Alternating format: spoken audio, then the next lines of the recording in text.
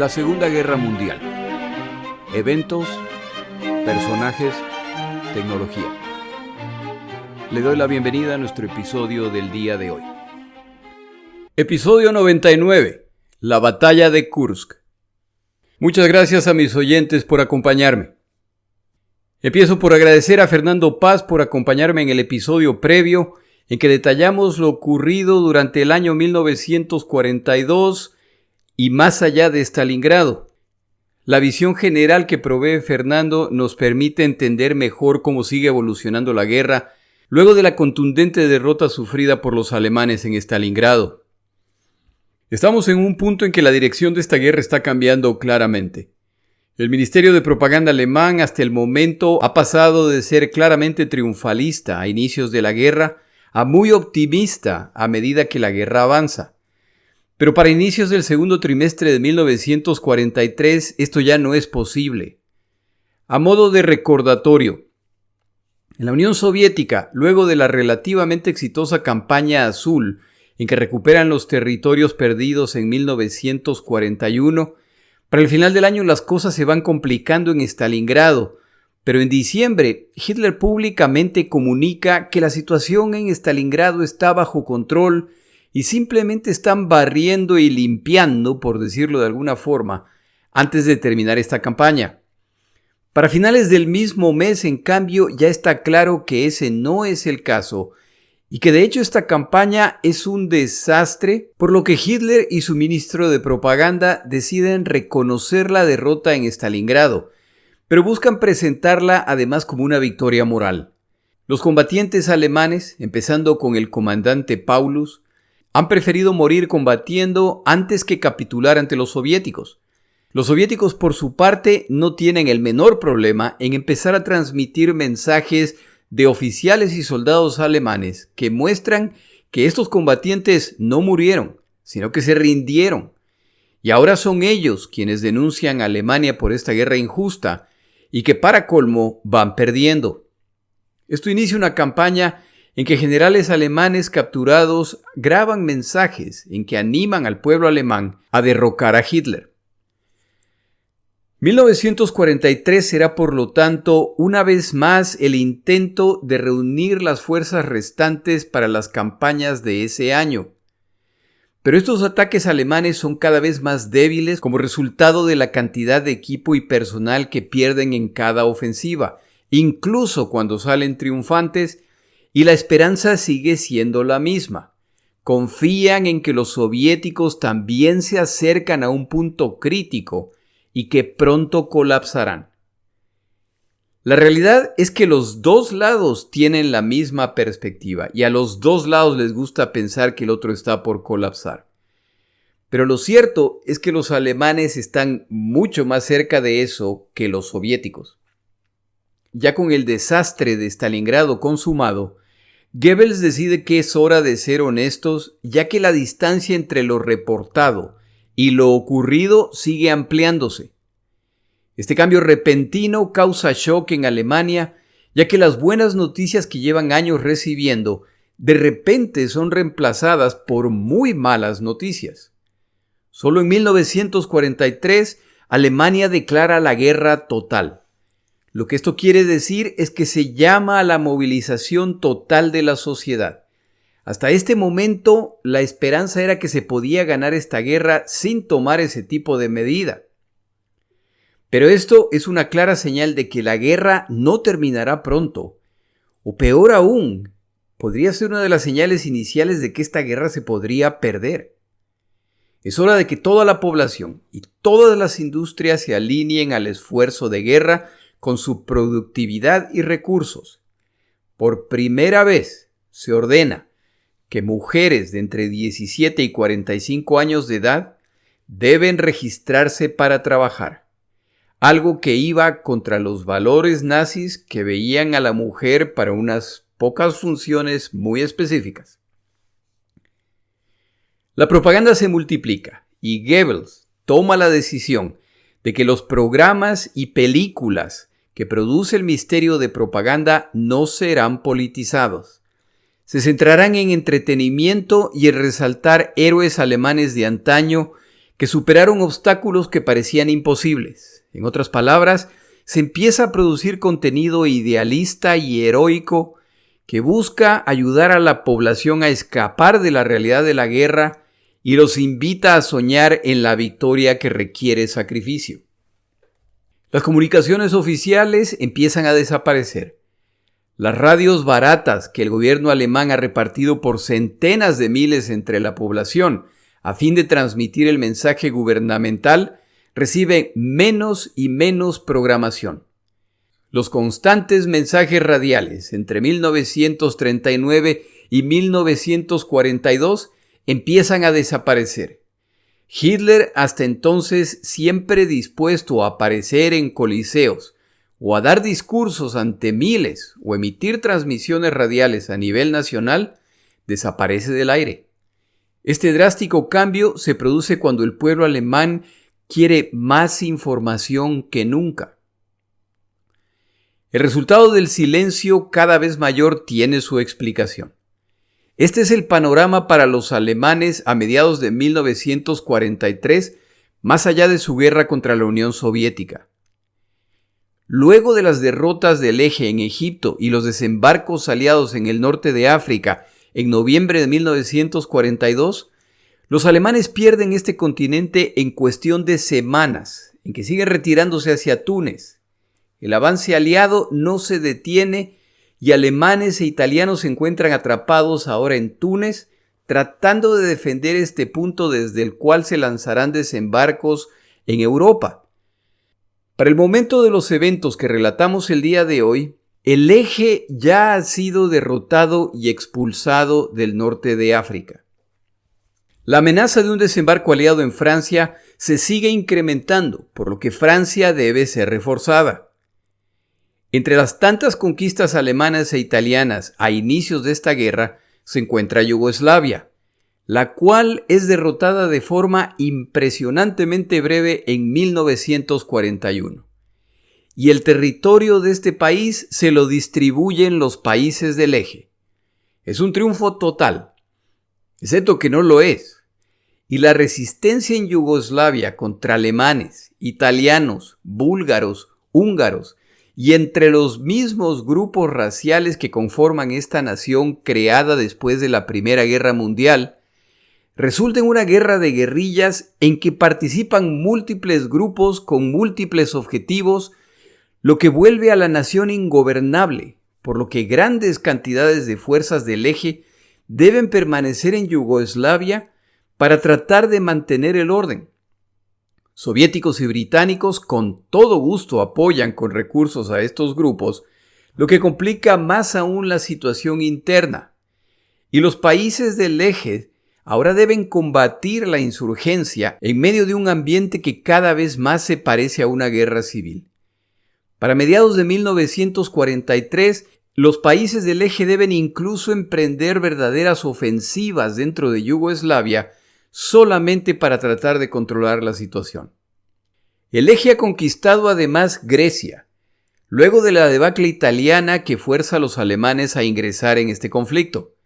Cuando los alemanes ingresan, las tropas griegas ya están agotadas, luego de su exitosa guerra contra los italianos, y a pesar de recibir un cierto número de refuerzos británicos, la resistencia es inútil y Grecia también cae. Tal como Yugoslavia, su territorio es distribuido entre los vencedores. Una victoria más para el Eje, excepto que no lo es. Los griegos se niegan a aceptar la ocupación y crean movimientos partisanos y guerrilleros para resistir a los invasores. Los alemanes, por su parte, reaccionan con crueldad contra los griegos y durante su estadía destruyen intencionalmente su industria, infraestructura y recursos naturales. La producción agropecuaria de esta nación, los alemanes la consideran de su propiedad y se envía o a Alemania o a otras naciones o a las tropas alemanas, lo que resulta en hambrunas y muerte por hambre de decenas de miles de griegos. Como la resistencia interna en Grecia nunca cesa y dada su cercanía a Yugoslavia, Grecia requiere una gran cantidad de fuerzas del Eje para tratar de mantener el orden. Estas tropas, por supuesto, se necesitan en la Unión Soviética. La guerra ya ha llegado con venganza al territorio alemán. Los bombardeos aliados de ciudades alemanas siguen multiplicándose en frecuencia y en intensidad, y siguen agravándose a medida que avanza la guerra. En otras palabras, la guerra para los alemanes ya no va bien, y sigue complicándose, y para colmo, la otra nación involucrada en esta guerra global, el Japón, para este momento también ya se encuentra en problemas luego de perder Guadalcanal, y ahora los aliados se encuentran avanzando hacia el norte intentando acercarse al territorio japonés. Los alemanes realmente necesitan una victoria para compartirla con su pueblo y parece haber una oportunidad en la Unión Soviética. Luego de la derrota de Stalingrado, en que el sexto ejército alemán es destruido completamente, y el recientemente creado ejército del Don, cuya tarea era reforzar al sexto ejército, debe retirarse para evitar ser rodeado por las fuerzas soviéticas. Se inicia una retirada y los soviéticos se lanzan al ataque contra las fuerzas alemanas que siguen perdiendo territorios. Von Manstein, el comandante alemán a cargo del ejército del Don, en medio de estas circunstancias logra coordinar contraataques contra las fuerzas soviéticas que los persiguen mientras se siguen alejando de sus líneas de provisión e impresionantemente obtiene algunos triunfos en el campo de batalla, lo que desacelera el avance soviético. Es en esa serie de batallas entre alemanes y soviéticos que el avance del contraataque soviético se produce de forma desigual. Esto hace que el avance mayor se produzca alrededor de una ciudad llamada Kursk. Aquí los soviéticos han avanzado con mayor éxito y esto ha producido una bolsa, entre comillas, en el mapa. El resumen más sencillo de la guerra en el este de Europa es el siguiente. En 1941, los alemanes lanzan su campaña de verano a la que llaman Operación Barbarroja, la cual va impresionantemente bien. A finales de 1941, los soviéticos lanzan su campaña de invierno frente a Moscú y hacen retroceder a los alemanes centenas de kilómetros. En 1942, los alemanes lanzan su campaña de verano a la que llaman Operación Azul y les va bastante bien inicialmente. A finales de 1942, los soviéticos lanzan su campaña de invierno en que destrozan a los alemanes alrededor de Stalingrado. Ya estamos en 1943 y es hora para la campaña de verano alemana. Y por supuesto confían que la secuencia previamente descrita se repita y vuelvan a triunfar en el verano. Los comandantes alemanes son lo suficientemente inteligentes para saber que la victoria cada vez es menos probable, pero no pueden ceder la iniciativa. Hay que ejecutar planes para el verano y ya más tarde se verá qué pasa en el invierno. Los dos bandos pueden ver un mapa y los dos bandos saben que lo que está ocurriendo en Kursk es un movimiento de pinza en que las víctimas, los soviéticos, se están metiendo en una saliente a la cual se le puede cerrar los puntos de origen desde el norte y desde el sur. Esto resultará en que estos combatientes y equipo quedarán atrapados para ser destruidos o capturados. Es una oportunidad para otro movimiento de pinza alemán, el que les dará otra gran victoria frente a los soviéticos. Al menos, esa es la idea. En abril de 1943, el alto mando militar envía un memorando a Hitler con ideas para la campaña alemana de ese año. Luego de discusiones con los comandantes, terminado el análisis, el 15 de abril de 1943, Hitler emite la orden para la ejecución de la Operación Ciudadela. El resumen de la orden es el siguiente. La ofensiva prioritaria para este año será contra la saliente de Kursk. Esta debe ejecutarse de forma aplastante y urgente en cuanto el clima lo permita. Como esta operación les dará la iniciativa, es necesario reunir el mejor equipo, los mejores combatientes, los mejores comandantes y acumular suficiente equipo y munición en los puntos cruciales. Esta victoria mandará un claro mensaje al mundo entero. Por lo tanto, Hitler ordena lo siguiente. De paso, no estoy incluyendo toda la orden, sino los puntos que a mí me parecieron más relevantes. El objetivo de la ofensiva es rodear la saliente a través de ataques coordinados, veloces y decisivos desde Belgorod al sur y Orel al norte. Estos ataques serán concéntricos hasta destruir esta fuerza por completo. Esto liberará fuerzas alemanas para lanzarse a la ofensiva. Este ataque tiene que ser completamente secreto y hay que mantener al enemigo en duda respecto a la fecha del ataque. Solo personal fundamental será informado cuando llegue el momento del ataque. Este ataque debe ocurrir de forma tan repentina y violenta que el enemigo no podrá retirarse y deberá combatir hasta el final. El grupo del sur atacará la línea Belgorod-Tomarovka. El grupo centro atacará la línea Trosna. Aquí una nota de Jorge. Múltiples grupos atacan distintos puntos de la saliente para evitar que las fuerzas en distintos puntos de la saliente puedan dirigirse hacia la zona del ataque principal para defender el resto de estos grupos. Continúo con las afirmaciones de Hitler. Ya que esta operación es de carácter limitado comparado con ataques previos, los grupos de ataque dejarán detrás equipo no esencial. Aquí una nota de Jorge. Note que este punto indica que la profundidad de este ataque es limitada. Continúa Hitler. La Fuerza Aérea Alemana concentrará sus fuerzas en los puntos críticos para apoyarlos. El resto de los sectores en el frente deben tomar posiciones defensivas en caso de que el enemigo decida atacar sectores lejos de esta operación para liberar la presión. Todos los grupos de combate identificados para esta operación deben reportar las acciones que planean tomar en apoyo a esta campaña. El documento lo firma Adolfo Hitler. Hitler se reserva el derecho a decidir la fecha exacta de la Operación Ciudadela. Él tomará la decisión basado en la disponibilidad de los nuevos tanques, Panteras y Tigres, los cuales son capaces de destruir a los T-34 soviéticos. Entre los tantos problemas que tienen que enfrentar los alemanes en esta guerra, hay uno del que no están al tanto: la organización Lucy.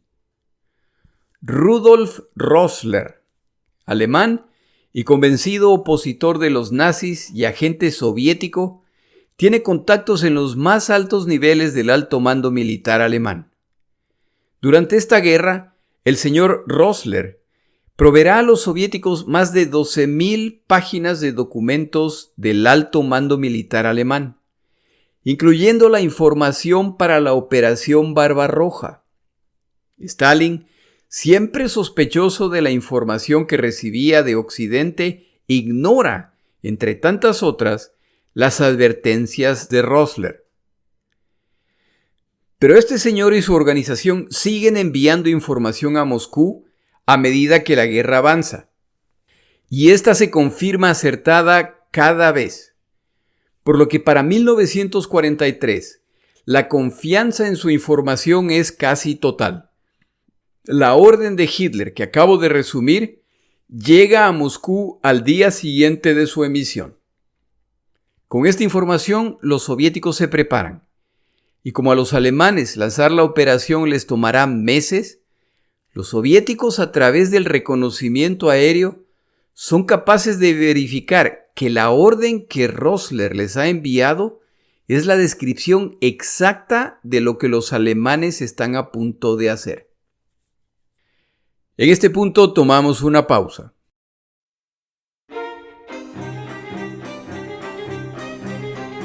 Palabras de Churchill. El día de hoy traigo palabras de Churchill respecto a la vida.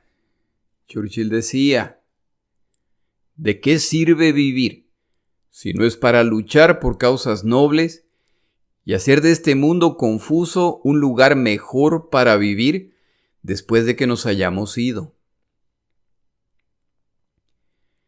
Decía además: la vida son sensaciones, las sensaciones son la vida. La vida es un acertijo. Sabremos la respuesta cuando muramos. Y por último, una frase que por alguna razón resulta ser mi favorita. Ha sido un gran viaje. Vale la pena hacerlo una vez.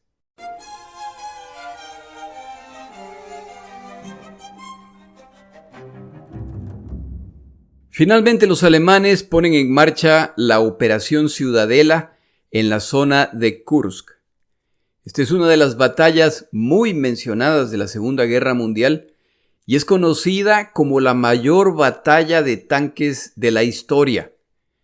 De acuerdo a esa versión, los soviéticos sufren pérdidas monstruosas, pero resisten a los alemanes, que también sufren gravísimas pérdidas, las cuales ya no pueden reponer. Es una lucha hasta la muerte en que los dos bandos lo lanzarán todo y solo el más fuerte prevalecerá, pero solo después de pagar un altísimo precio.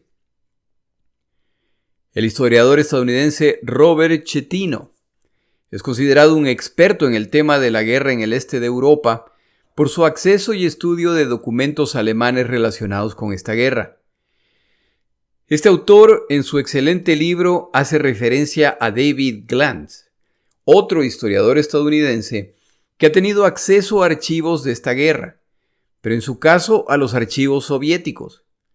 Estos autores han dado una nueva luz a esta batalla y son de la opinión que algunos de los elementos han sido claramente exagerados.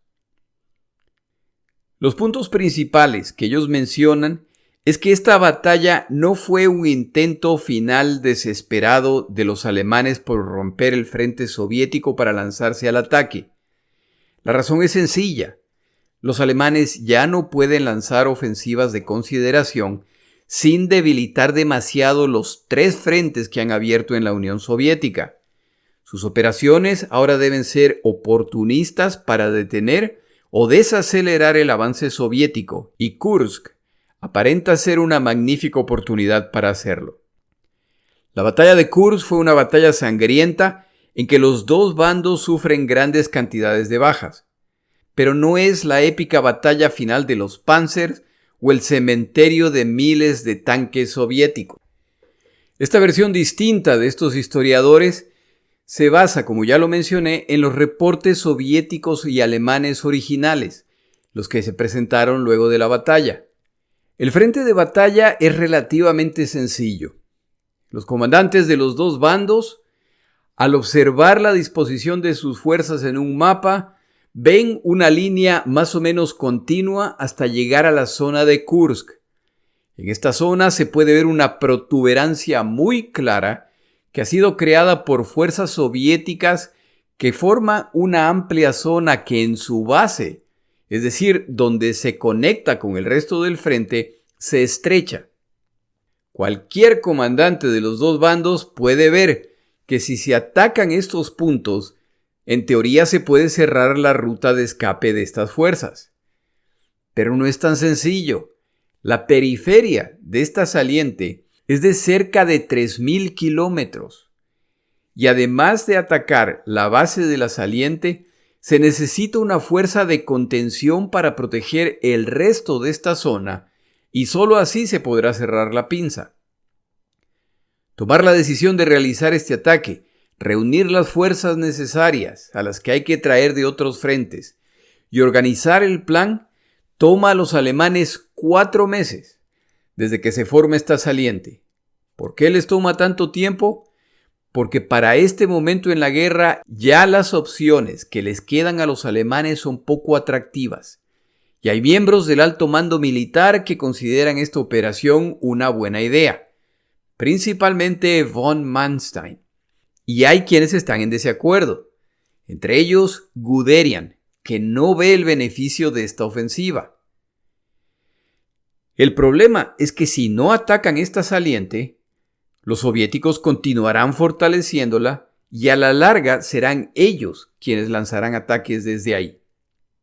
Como Stalin y sus comandantes tienen los detalles exactos del plan alemán, construyen posiciones defensivas en Orel y Belgorod utilizando más de 300.000 civiles para cavar kilómetros de trincheras, plantar minas y preparar posiciones para artillería.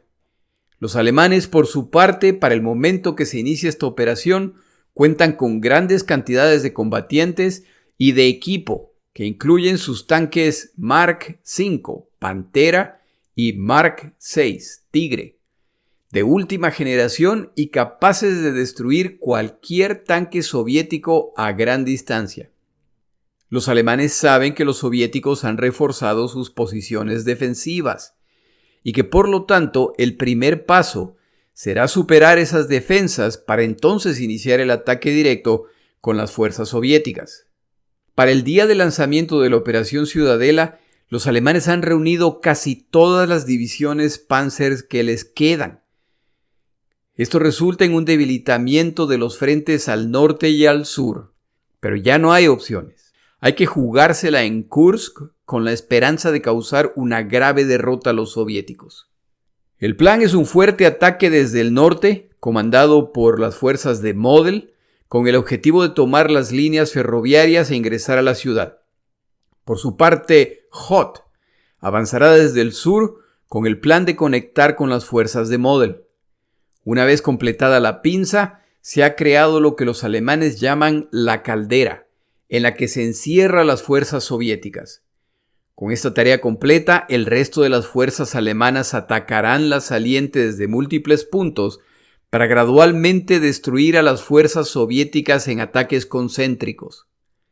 Este ataque contará con una fuerte presencia de la Fuerza Aérea Alemana, ya que se ha determinado que sin este elemento, al margen de los triunfos en tierra, la campaña estaría en peligro. Sobre todo, ahora que los soviéticos están alcanzando el dominio aéreo. La Fuerza Aérea Soviética, que los alemanes creían haber destruido en 1941, sigue reapareciendo, y cada vez en números mayores. Las fuerzas acumuladas por los soviéticos entre combatientes y reservas casi duplican a las fuerzas alemanas en cuanto a combatientes, tanques y aviones.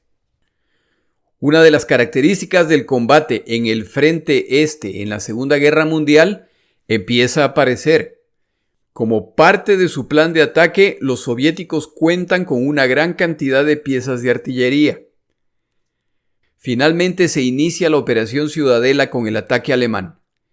Su estrategia de ataque es la misma de muchas ocasiones previas y los soviéticos ya lo tienen memorizado, por lo que los esperan por donde vienen.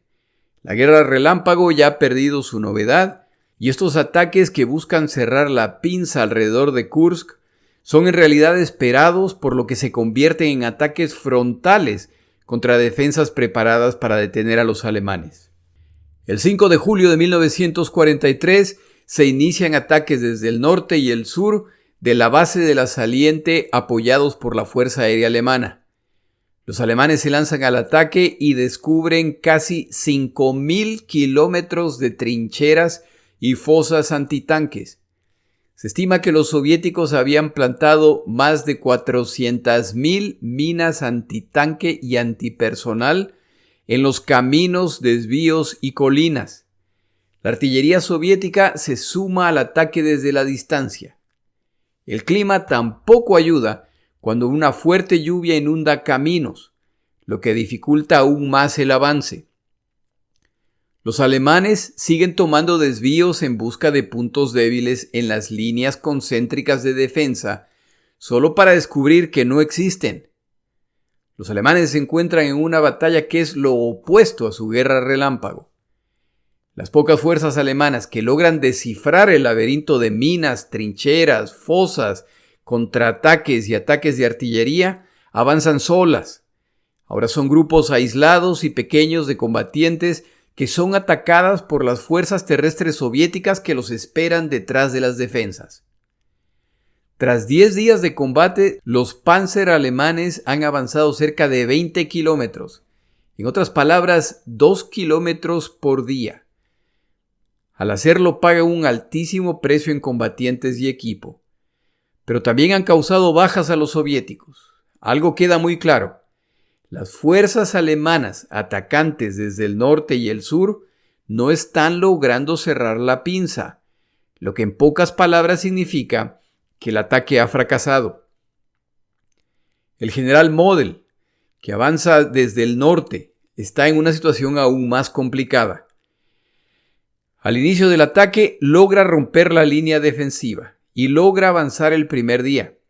Esta penetración, sin embargo, resulta en ataques frontales a los alemanes, combinados con ataques soviéticos a los flancos de los alemanes, por lo que las fuerzas alemanas deben detenerse y redistribuirse a lo largo de su ruta para evitar ser flanqueadas.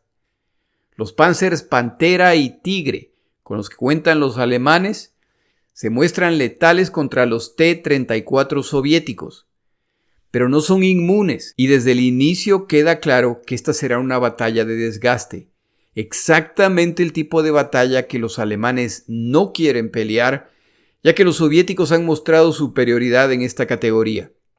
Los soviéticos están peleando una brillante batalla en que utilizan sus fortalezas frente a las debilidades alemanas.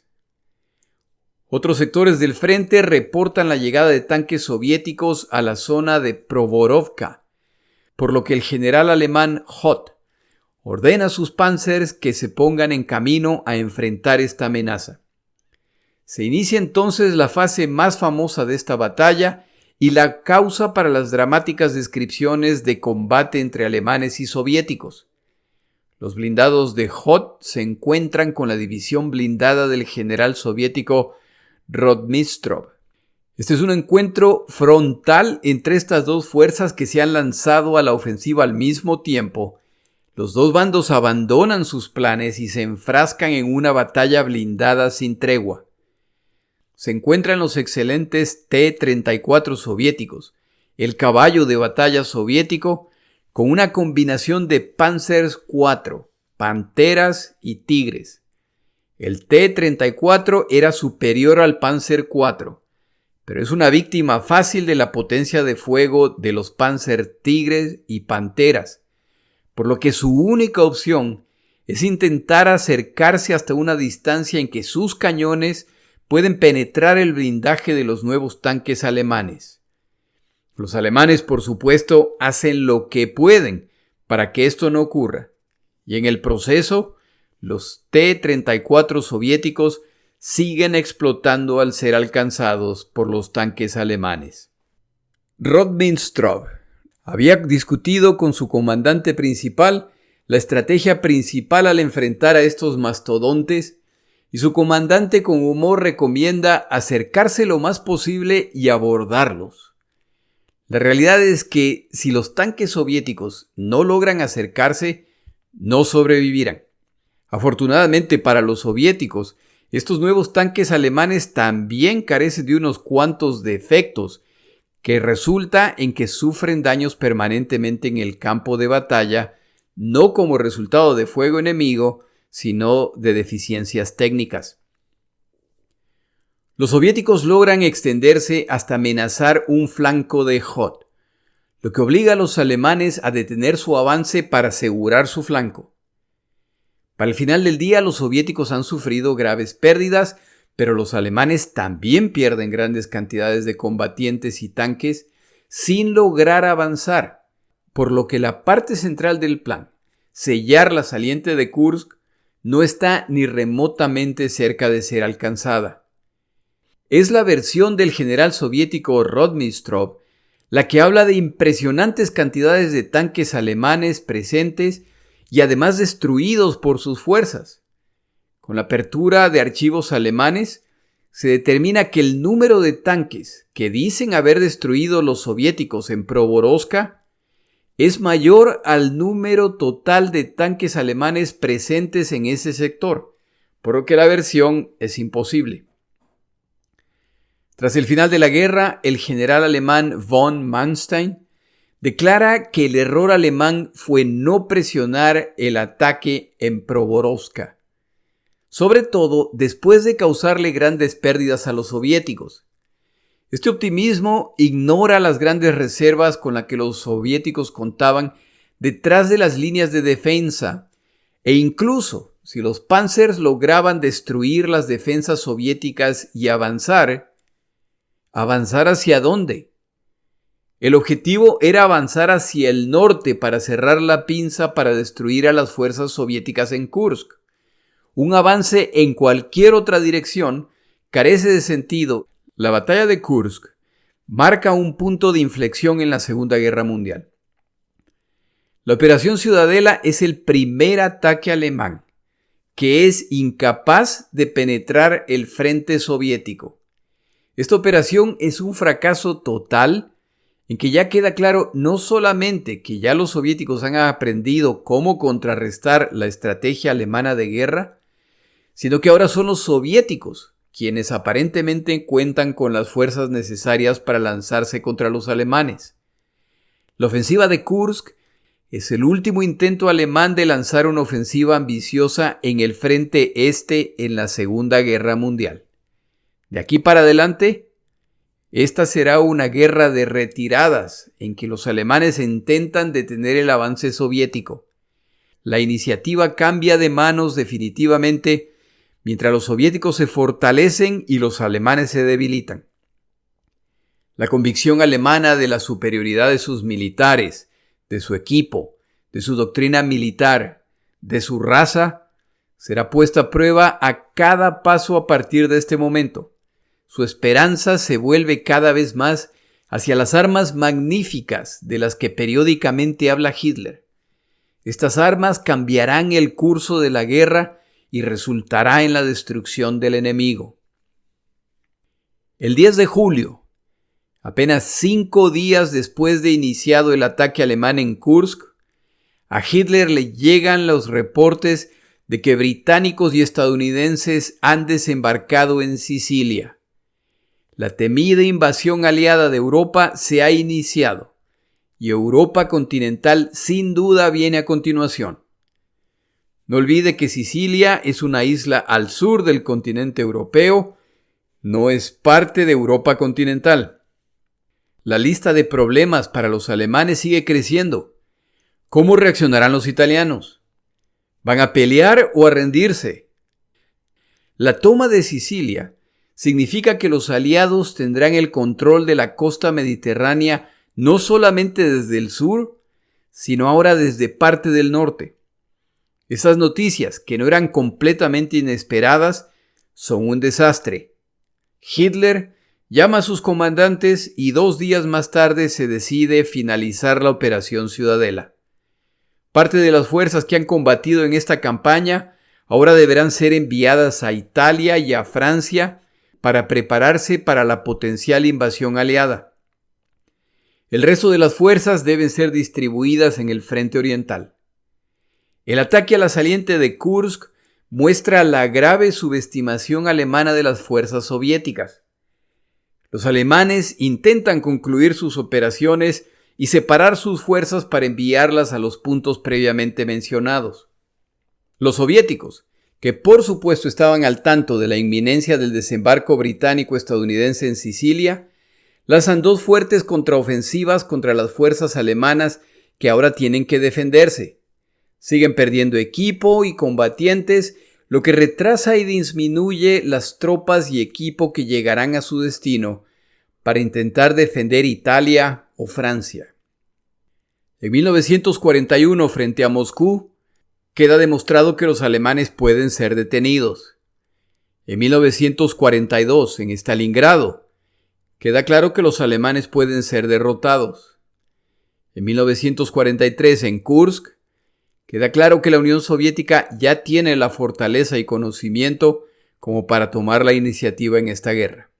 Súmele a esto las derrotas alemanas en Egipto, súmele a esto los desembarcos aliados en el norte de África, la expulsión total del eje del norte de África, súmele el hecho de que para el momento de estos eventos, las exitosas flotas de submarinos alemanes en el Atlántico, que tanto daño causaron al esfuerzo aliado, ya han sido prácticamente destruidas, lo que facilita el movimiento masivo de tropas y equipo del continente americano hacia Gran Bretaña en preparación para la invasión de Francia. Y ya no queda duda de que la dirección de esta guerra ha cambiado, y el cambio es irreversible. En el siguiente episodio nos vamos a Sicilia a ver qué ha ocurrido.